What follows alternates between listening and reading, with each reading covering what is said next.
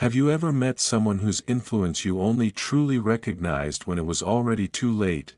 And have you ever thought that a billionaire could turn out to be the quietest, most unassuming teacher in your life? Welcome to Heart Glow. Before we dive into this special story, I'd love for you to do something simple. Hit that subscribe button and turn on the notification bell right now. Don't worry, it only takes a few seconds, but it's your chance to never miss another inspiring story like this one. Let's allow this story to truly touch your heart. I grew up in a poor neighborhood, where dreams always felt like distant stars, beautiful, but forever out of reach. My father was a blue-collar worker, constantly worrying about putting food on the table, and my mother devoted her life to the endless work of caring for our home. We had nothing but love, and dreams burning fiercely in our hearts. But life isn't always fair to those who have the least. While other kids around me went to good schools and expensive programs, I could only watch, feeling a gnawing envy. At school, I was always near the bottom of the class, with no real opportunities ahead, only long, exhausting days. I did every odd job I could, handing out flyers, washing dishes at local restaurants, even helping out at repair shops. But all of it barely kept my head above water. None of it got me closer to changing my life. Late at night, lying awake, I would wonder about my future. Could I ever change my fate? Would my big dreams ever come true? No matter how hard I tried, I couldn't seem to find a way out. Each failure pulled me deeper into despair, and yet, I refused to give up. I made a vow to myself: one day, I would escape this life. One day, I would do something extraordinary. Opportunity came to me in the most unexpected way. After hundreds of rejections, countless job applications that went unanswered, I was ready to give up. But then, on one of my darkest days, I received a call from Carter Corp, one of the biggest and most respected corporations in the industry. They invited me for an interview, something I had never even dared to imagine. When I saw the email, I could hardly believe my eyes. Carter Corp was a name everyone knew, a place only the best could dream of joining. It was a once-in-a-lifetime opportunity. Walking into the interview, I had no idea that I was stepping into a moment that could change my life forever. The atmosphere was overwhelming, serious, professional, and intimidating. The interview questions were tough, but I held on to my determination. When it ended, I told myself that even if I hadn't done perfectly, at least I had given myself a chance. And then, just as I returned to my tiny office, the notification came in: I was accepted as an intern at Carter Corporation. The feeling was indescribable, a tidal wave of excitement and disbelief. I knew in my heart, this could be my turning point. As a new intern, I was given the simplest tasks in the company. Most of the time, I just observed, learning the basic skills by watching others. But soon, I noticed something strange. Everyone talked about Mr. Carter, the legendary CEO of Carter Corp., yet no one really knew him. They said he was a mystery, rarely appearing in public, speaking only in short, sharp sentences that somehow always hit home. They whispered that he was cold, emotionless, and unapproachable unless absolutely necessary. Whenever I asked about him, my colleagues would say, "He's special, but you won't easily understand him." Yet in their eyes, I saw something else, a quiet respect, almost reverence. I didn't know why, but I felt drawn to him, to this silent, powerful presence, and I wondered, could a man like that teach me something? Would I ever get close enough to learn? On my first day at Carter Corp., I was a bundle of nerves. Everything was new and overwhelming, and I tried so hard not to mess up. But during a meeting, as I was serving coffee, my clumsy hands knocked over a cup, spilling coffee all over the important documents. Everyone in the room froze, staring at me. I wanted to disappear, to sink into the floor, to somehow undo what I had just done. The murmurs started. I caught glimpses of mocking smiles, My heart was pounding painfully in my chest, and then, the door opened, Mr. Carter walked in. He looked at me, and for a long moment, said nothing. Then, without a word, he stepped forward, picked up a cloth, and calmly began wiping the coffee off the papers. No anger. No scolding, only a steady, almost serene look in his eyes. I stood there, frozen. In that silent act, Mr. Carter taught me something I would never forget. Without a lecture, without a single harsh word, he showed me what true leadership looked like. And in that moment, I whispered to myself, he's the one I have to learn from. After he finished, he simply nodded at me and left the room, as if what he had done was the most ordinary thing in the world. But the more I thought about it, the more I realized how powerful that moment was. He didn't need to shout, he didn't need to make me feel small.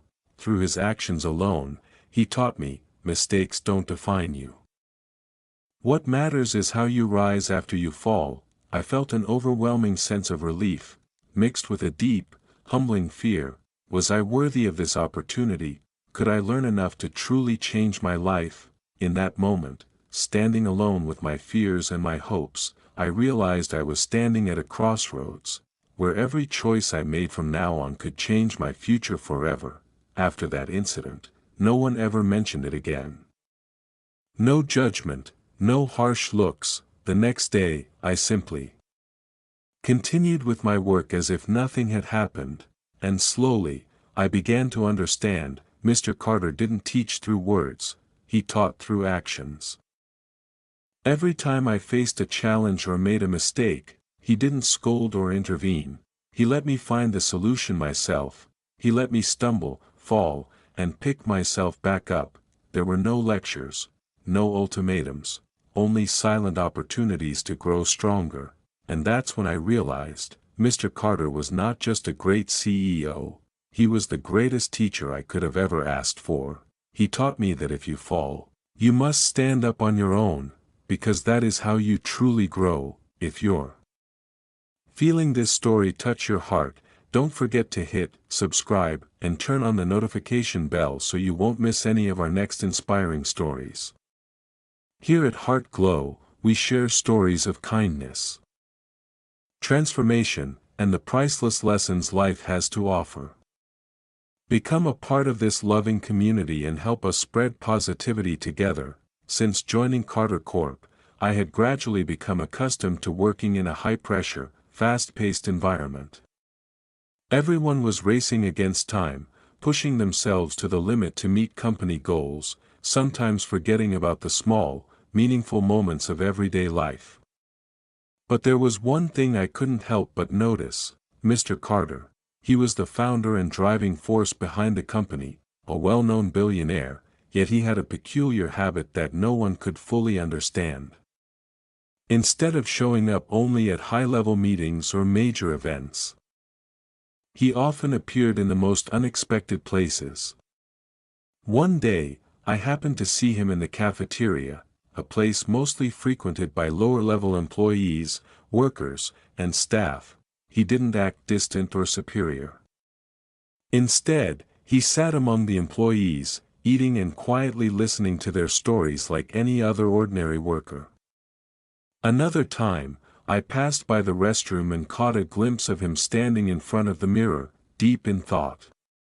There was no sense of authority, no entourage. Yet somehow, his quiet presence spoke volumes, as if he was witnessing, understanding, and sharing in the lives around him. Then there was another time I found him in the storage warehouse, helping the laborers, the ones most people in the company barely noticed. No one told him he had to be there. He simply showed up and helped, without seeking praise or attention. I asked myself, would anyone else with his status and power ever do such a thing? And that's when I realized, through every small, silent action, Mr. Carter was teaching me something far greater than leadership. He was teaching me about quiet, genuine care. Mr. Carter never needed to use power or grand speeches to command respect. In those first months at Carter Corp, I never once saw him deliver a long address or a typical inspirational speech. He didn't need to stand behind a podium or plan elaborate words to make people listen. Instead, he quietly observed, listened, and acted in subtle yet deeply impactful ways. I remember one particular moment vividly. Lena, a hard-working customer service employee, had always gone unnoticed in meetings. She was never recognized, despite her dedication. One day, Mr. Carter sat silently in a corner, watching her, not intrusively, but attentively, as she calmly solved problems and cared for customers. Then, one morning, I saw him approach her. He simply said, "Thank you for your hard work." It wasn't a loud or dramatic moment, but Lena's eyes welled up with tears. Most people around didn't even realize what had just happened. But through that small act, Mr. Carter wasn't just encouraging one person, he was sending a powerful message: every individual matters. Every effort is seen, even if it feels invisible, and at that moment, I realized Mr. Carter was doing something rare. He respected everyone, regardless of their position. Working at Carter Corp wasn't always smooth sailing. Every project was filled with challenges, and in such a competitive environment, not everyone could hold on to their humility. Jason, an arrogant coworker, often boasted about his talents and didn't hesitate to throw others under the bus to protect himself. One time, when a project I was part of failed, Jason didn't hesitate to blame me, even though it wasn't my mistake. I felt devastated, furious, and powerless. As a newcomer, I didn't want to create conflict, but inside, I was drowning in doubt and anger. Was I truly not good enough? Was I already seen as a failure here? The thought of quitting crossed my mind more than once. But just when I was about to give up, I received an anonymous email.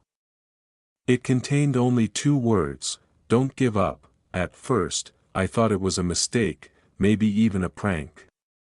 But the more I looked at it, the more something inside me stirred. Despite its brevity, the message felt incredibly warm, as if someone truly understood the battle I was fighting inside. Nobody outside my immediate team even knew the struggles I was facing. And then, a quiet suspicion grew within me. Could it have been Mr. Carter? He had never directly offered me comforting words. But somehow, through his quiet actions, I felt his presence, his silent understanding. Was it truly him? Had he noticed the struggles of a nameless intern like me? I couldn't explain it. But I chose to believe it. Don't give up. Those simple words rekindled a fire inside me. I realized I couldn't let this setback define my story. I decided to stand tall and move forward, no matter how many obstacles stood in my way. Intuition is a mysterious thing. It often comes without logic, just a deep knowing you can't quite explain. Every time I thought about that email, I became more certain it was Mr. Carter. Maybe he understood that sometimes, elaborate comfort isn't what a person needs. Sometimes, all it takes is a quiet, timely nudge to help someone believe in themselves again. I realized that Mr. Carter didn't solve problems with big speeches. He used his deep empathy and silent support to lift those around him. Just like he had done for Lena, he didn't need to make grand gestures. He simply cared, sincerely and quietly, and that made him the mentor I had always needed. After receiving that email, I made a promise to myself: I wouldn't quit. Instead, I would learn to observe, to listen, and to grow through quiet strength. Just like him, silence wasn't weakness. It was power, the power to face the world with calm determination. I no longer felt alone at Carter Corporation. Even as a mere intern, I realized that the silent care and encouragement I received had sparked a profound transformation within me, and I knew, if I kept believing, kept learning, and kept growing, one day, I would find my own path. In this vast, challenging world, after a long, exhausting day of work, it was finally time for me to relax. But just as I was about to head home, a sudden wave of curiosity washed over me. I had been observing Mr. Carter for a long time, always feeling that he had a strange, magnetic pull, yet I had never had the chance to actually speak with him. That night, when everyone had already left, I decided to do something I had never dared to do before. I would follow him. To see who he truly was outside the confines of work. I knew it wasn't the right thing to do, but my curiosity was too strong to resist. As I watched him leave the building, I quietly followed, keeping my distance so he wouldn't notice. I didn't even know what I was looking for, only that a part of me believed that to truly understand him, I needed to see him somewhere else, away from the spotlight of his career and the crowd of admirers. When Mr. Carter walked out of the building, I noticed something surprising. He didn't drive a luxurious car or choose an expensive vehicle, as I had expected. Instead, he got into an old, worn-out car, one that had clearly aged over time. It wasn't the kind of car you would expect a billionaire to drive. I wondered if my eyes were deceiving me. How could someone like him, with endless power and wealth, choose a car like that? At that moment, the blurry image I had in my mind began to clear. Mr. Carter didn't need flashy symbols to prove himself. He didn't need a fancy car or anything to show off. In the darkness, his old car moved through worn-down streets, and I suddenly realized he was heading somewhere completely unexpected. It wasn't a luxurious neighborhood or some famous location, it was the impoverished side of town, places most people had long forgotten. I silently followed, more and more puzzled about where he was going. The deeper we went into the slums, the more confused I became about Mr. Carter's actions. He stopped his car at a rundown corner where makeshift houses lined the muddy streets. From a hidden spot, I watched him get out of his car and walk alone toward Grandma Rose, an elderly blind woman who spent her days selling lottery tickets on the sidewalk, barely noticed by passers-by. No one in this area could help her, they were too busy struggling to survive themselves. Yet Mr. Carter did what no one else thought to do, he brought her a hot meal. Caring for her with quiet tenderness. The sight left me stunned. But that wasn't all. He then went to the nearby shack where a little homeless girl lived. Her roof was broken and leaking, but Mr. Carter silently began helping her fix it. He did all of this without a word, without seeking any recognition. It was clear that these acts of kindness were more than just charity, they were unspoken lessons he wanted to pass on, without ever having to say a word. I stood there, frozen, unable to comprehend why he did this. Why would a man like him, with everything at his fingertips, choose to help the forgotten and the poor? Overwhelmed by curiosity, I couldn't stay silent any longer. I stepped out of the shadows and called out quietly, "Mr. Carter, why are you doing this?" My voice echoed into the night, but he didn't look surprised or angry. He turned to me, his eyes soft and calm, without a trace of arrogance or coldness. Then he smiled, a gentle, knowing smile, as if he had been expecting my question all along. After a short pause, he answered simply, "Some lessons need no words." His words were simple, but they struck me like lightning, cutting through the darkness and stirring something deep within me. What he was doing wasn't about proving anything or seeking attention. Mr. Carter didn't need speeches or performances. He just acted, showing that compassion and care are not things that need to be said, but things that need to be lived. I stood there in silence, as if a new door had been opened in my mind. Everything I had thought I knew about him was wrong. His actions were profound lessons, silent, yet powerful beyond words. At that moment, I realized everything I thought I knew about Mr. Carter was an illusion. He wasn't just someone who lived for wealth or power. Mr. Carter was nothing less than a man of profound compassion and humility. Until now, I had only seen him through the dazzling lens of success, through important meetings and glamorous events, but now, I saw him in a different light, real and deeply human. True compassion doesn't require grand speeches or flashy displays. A single, genuine act from the heart is enough to change a life. I will never forget the look in his eyes when I asked him that question. It was the look of a true mentor, someone who could show me that the world wasn't just about competition and ambition, but also about love, kindness, and caring for one another. He touched my heart, not through power, but through silent compassion and humility. That night, standing quietly outside as I watched Mr. Carter leave, my heart was overflowing with mixed emotions. I made a promise to myself, I would change. I would not live just for myself. I would live kindly, work diligently, and walk quietly, just like him. I would not allow myself to be swept away by a life chasing only success or fame. I would always remember the wordless lesson he taught me.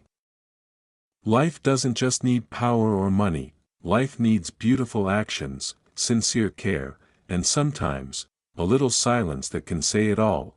If this story touches your heart, don't forget to hit subscribe and turn on the notification bell so you won't miss our next inspiring stories.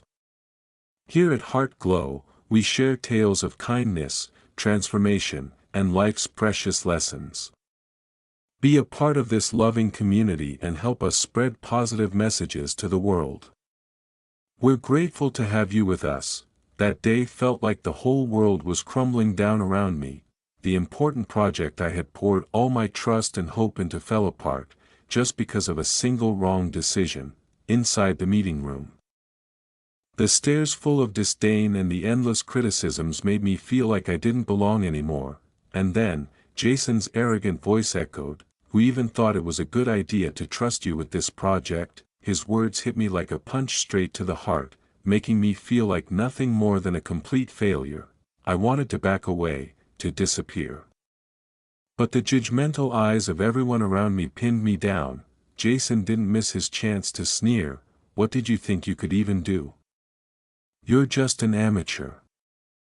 The whole room burst into laughter, shame and humiliation flooded me, and all I wanted was to run away. I felt worthless, as if nothing I did could ever be enough. Their laughter, their mocking eyes, echoed in my mind like a cruel reminder that I was weak, that maybe I wasn't made for this world after all. After the meeting, I could barely stand. While everyone else continued with their day, I slipped away, retreating into the storage room, a place where no one would find me, no judgment would follow. There, hidden in the shadows, I let the weight of failure crush me. The guilt, the shame, the overwhelming sense of defeat closed in, leaving me empty. I sat down on the cold floor, staring at the reports and documents that once carried so much hope for me, now just reminders of dreams slipping away. I asked myself, can I really stand back up? Do I have what it takes to keep going? The questions circled endlessly, dragging me deeper into despair. Sometimes, failure feels like a storm so strong it tears away every last piece of you.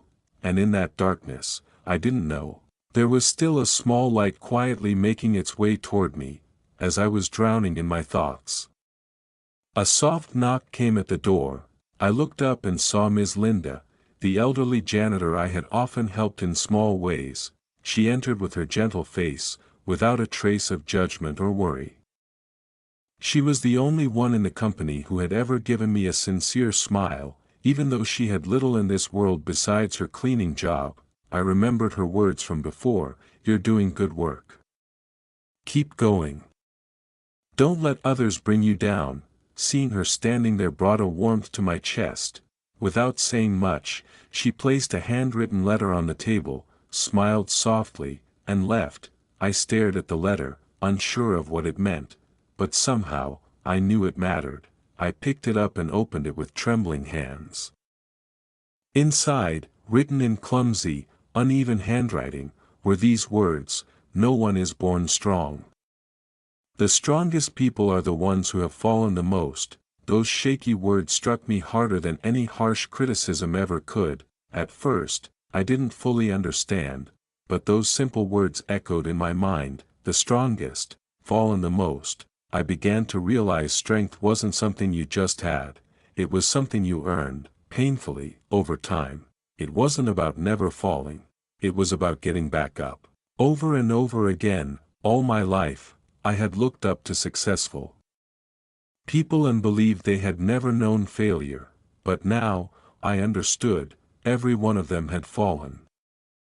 And fallen hard, before they could stand tall. Ms. Linda's letter wasn't just a message of comfort, it was a quiet awakening, a reminder that real strength comes from the courage to rise after each fall. As I finished reading the letter, a lump rose in my throat. Those simple words seeped into my heart, reminding me that I wasn't alone. Everyone falls, everyone feels like giving up sometimes, but what matters is the will to rise again.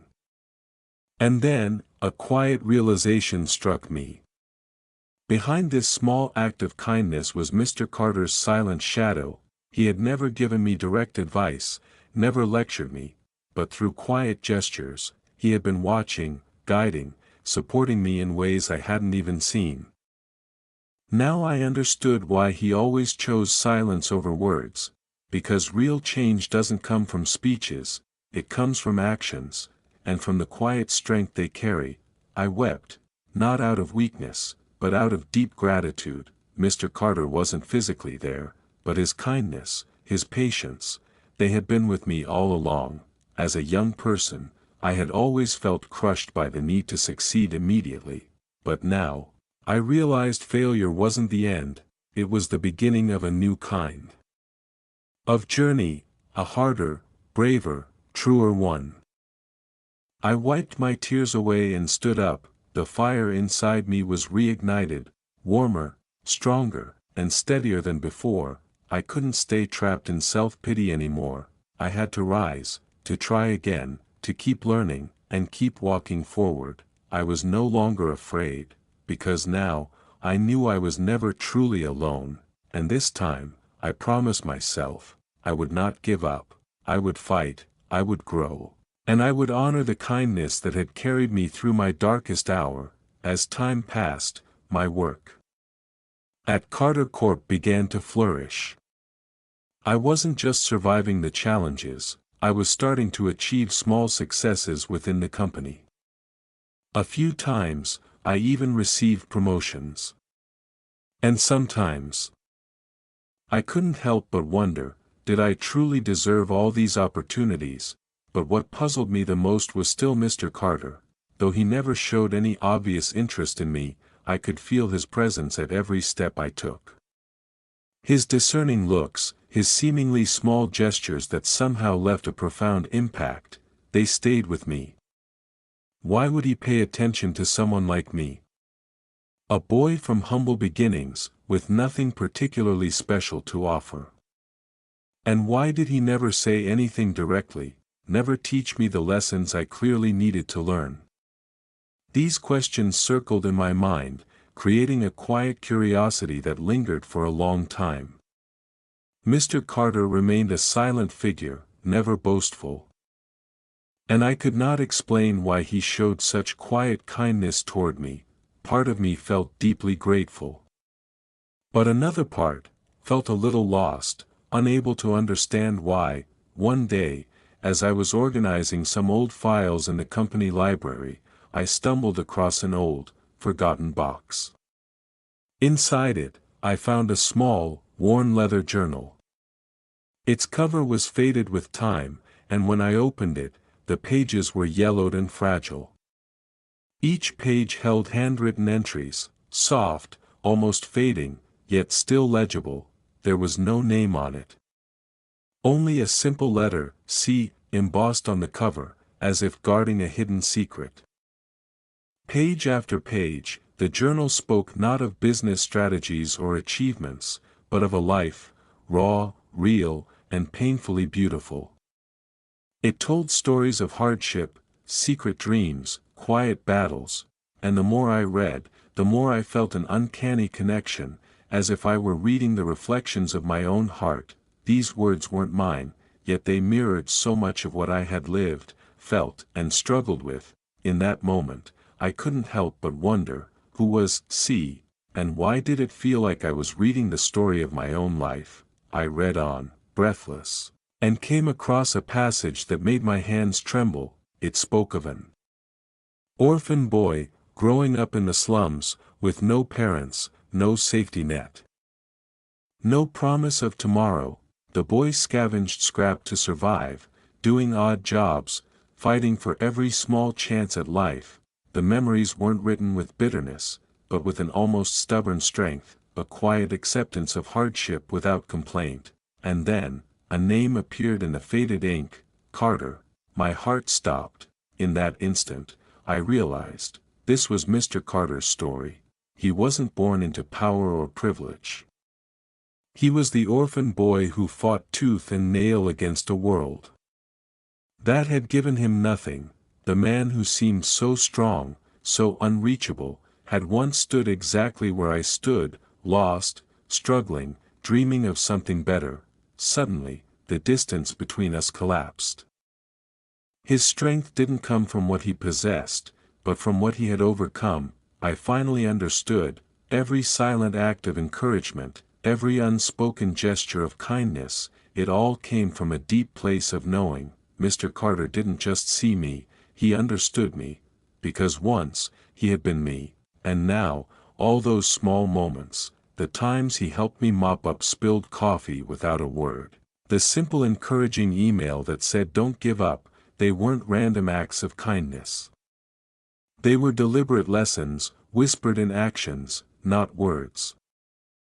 He wasn't trying to teach me how to succeed at work, he was teaching me how to endure, to persist, to rise again with dignity. He was showing me that success isn't about climbing the ladder fastest, it's about how you carry yourself when life tries to pull you down. He showed me that true greatness isn't loud, it doesn't boast or parade itself, it moves quietly, lifting others up, believing in them even when they can't believe in themselves. Looking back now, I realize, Mr. Carter was the greatest teacher I ever had, but he didn't teach me from behind a podium or through grand speeches. He taught me by simply standing beside me, through his silent acts of compassion.